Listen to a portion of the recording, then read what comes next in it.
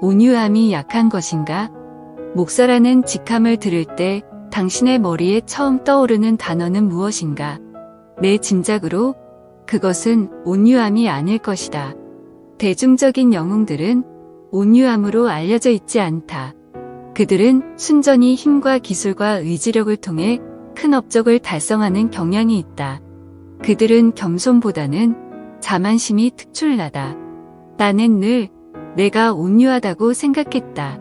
신약 성경에 나오는 덕목들의 목록을 읽을 때 나는 온유함에는 별로 주목하지 않았다.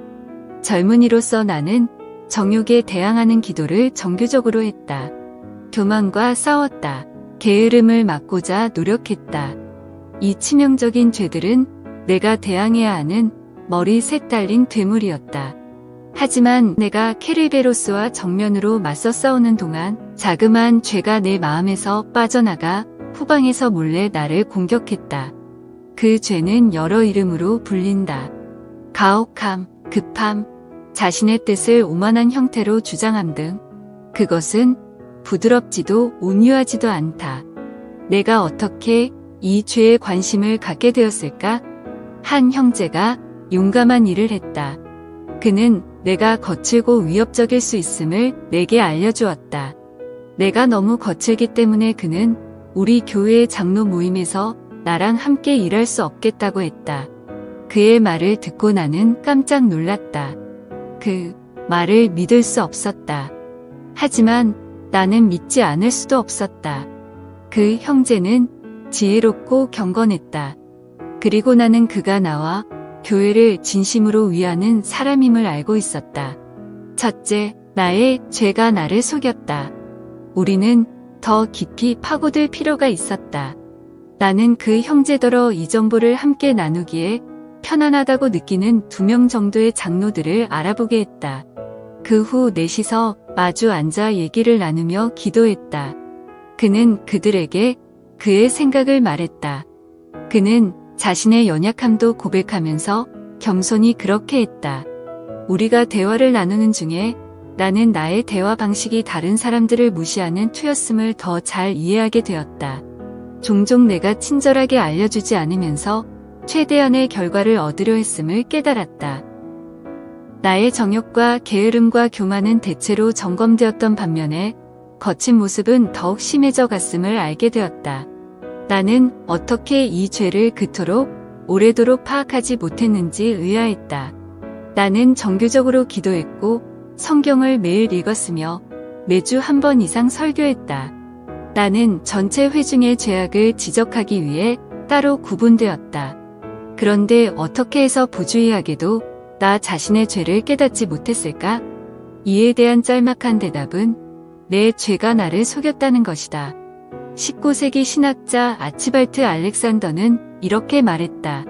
모든 죄 안에서 마음은 기만적인 영향력 아래에 있다. 올바른 생각과 동기들은 잠시 잊히거나 압도당한다. 그의 말이 옳다. 나는 나의 리더십 스타일의 일부가 직설적일 뿐이라는 기만적인 생각에 빠져 있었다.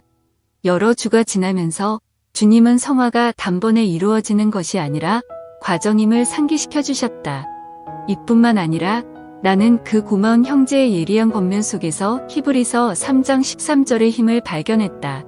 오직 오늘이라 일컫는 동안에 매일 피차 겉면하여 너희 중에 누구든지 죄의 유혹으로 완고하게 되지 않도록 하라. 그의 겉면은 내 마음을 새롭게 점검하게 해주었다. 둘째, 성경이 새롭게 이해되었다. 그 형제의 지적 덕분에 나는 새로운 눈으로 성경을 읽게 되었다. 예를 들어 예전에 모세를 기억할 때 나는 하나님의 백성을 애굽에서 인도해내기 위해 큰 불안감을 극복했던 담대한 리더를 먼저 생각했다. 이것은 사실이다. 모세는 열정적으로 공의를 수호했던 사람이다. 하지만 그것이 그의 모습 전부는 아니었다. 나 자신의 거친 모습을 대면할 때 나는 하나님의 영광으로 인해 인격적으로 강력히 변화되었던 모세를 보았다. 성경은 그를 가리켜 온유함이 모든 사람보다 더하더라라고 묘사한다.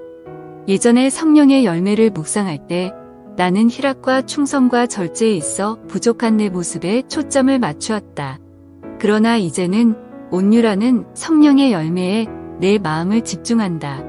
예전에는 교회 장로들의 역할을 파악하기 위해 베드로전서 5장을 읽을 때마다 나는 그들이 탐욕을 부리지 않고 기꺼이 종이 될 필요가 있다는 사실에 특별히 주목했다.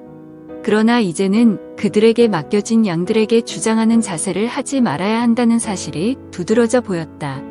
나는 감독직에 꼭 필요한 자격을 숙고하느라고 디모데전서 3장을 여러 차례 읽었다. 신실한 결혼 생활, 술 취하지 않음, 그리고 존경받을 만함이 나의 관심을 끌었다. 그러나 이제 나는 구타하지 아니하며 오직 관용하며라는 문구를 보지 않고는 그 구절을 읽지 못한다. 셋째, 교회는 온유한 목사를 필요로 한다.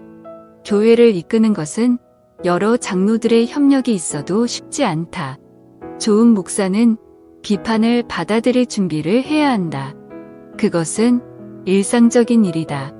더욱이 목사들은 교회가 어떤 모습이어야 하는지를 알고 있을 뿐만 아니라 그렇게 되게 하기 위한 비전과 확신과 결단과 굳센 의지도 지니고 있어야 한다고 기대된다. 그리고 때로는 죄악의 구름으로 덮인 마음 때문에 우리 목사들은 온유라고 하는 덕목이 이 목적을 달성하는데 얼마나 도움이 되는지를 알지 못한다. 미국이 온유한 대통령을 필요로 하지 않고 군대가 온유한 장군을 필요로 하지 않으며 기업체가 온유한 CEO를 필요로 하지 않음을 우리는 알고 있다. 그래서 아마도 인정하진 않겠지만 우리는 우리 교회가 온유한 목사를 필요로 하지 않는다는 결정을 내린다. 그러나 교회는 국가나 군대나 기업체가 아니다. 만일 정치가나 장군이나 CEO가 이끄는 교회를 하나님이 원하셨다면 그렇게 되도록 하실 수 있었다.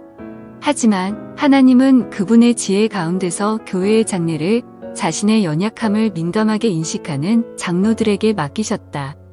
우리가 이 보배를 질그릇에 가졌으니 이는 심히 큰 능력은 하나님께 있고 우리에게 있지 아니함을 알게 하려 함이라. 만일 예수님이 자신을 비워 세상을 구원하셨다면 모든 장로들도 그분을 본받아야 한다.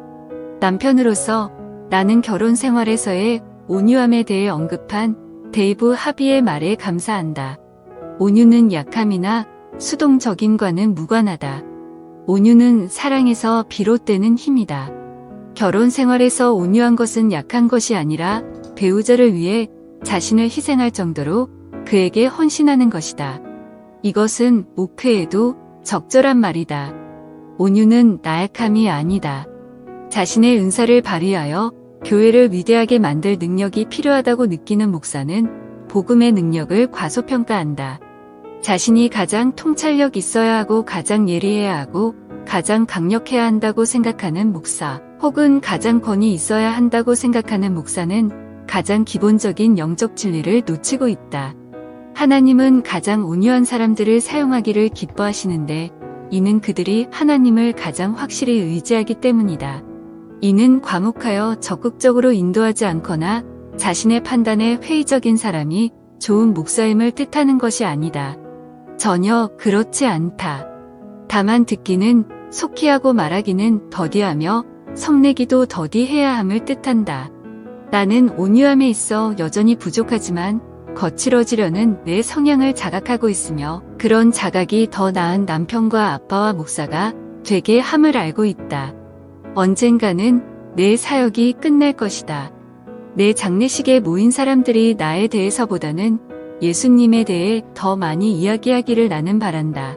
하지만 그들이 나를 기억하는 한 나는 온유함의 본을 보인 사람으로 기억되고 싶다. 넷째, 온유함으로 나아가기. 우리 중에 누구도 충분할 정도로 온유하진 않다. 그러나 만일 당신이 이 문제에 있어 심각한 상태라면 어떻게 해야 할까? 사랑으로 진실을 당신에게 말해줄 사람을 찾아서 내가 온유한가요? 라고 그에게 물어보라. 내가 정말 집중할 필요가 있는 영역이 온유함이라는 사실을 아는 것만으로도 내게 도움이 되었다. 아는 것이 전투의 절반을 이룬 건 아니겠지만 그것은 전투의 시작이다. 핵심 성경 본문들을 묵상하라. 잠언 15장 4절, 마태복음 5장 5절, 갈라디아서 5장 23절, 에베소서 4장 1절에서 3절, 골로새서 3장 12절, 디모데전서 6장 11절, 야고보서 1장 21절. 더 나아가 그리스도의 성품을 생각하라. 바울은 말하기를 모든 그리스도인이 그리스도와 같은 형상으로 변화하여 영광에서 영광에 이른다고 했다. 이는 우리도 그분의 온유하심을 공유하게 됨을 뜻한다. 이런 구절들을 깊이 묵상하면 온유함을 더욱 갈망하기 마련이다. 다른 사람들이 당신을 어떻게 인식하는지를 생각하라. 만일 당신의 말과 어조와 표정이 가혹하거나 냉담하게 나온다면 다른 사람들과의 의사소통 방법을 제고하라. 다른 사람을 사랑하는 방법 중에 하나는 상대방으로 하여금 당신이 그를 배려하고 있음을 확실히 알게 하는 것이다. 때때로 부드러움의 결연은 당신의 진심을 명확하게 전달하는 능력에 흠결을 가져온다. 더 온유해지게 해주시도록 하나님께 기도하라. 분명 이것은 하나님이 응답하길 기뻐하시는 기도이다. 하나님은 그분의 양들을 당신이 사랑하는 것보다 더 사랑하신다. 이 사랑 때문에 하나님은 그리스도의 온유하심을 드러내기를 진심으로 갈망하는 하위 목자들의 심령 속에 온유함을 불어넣어 주실 것이다.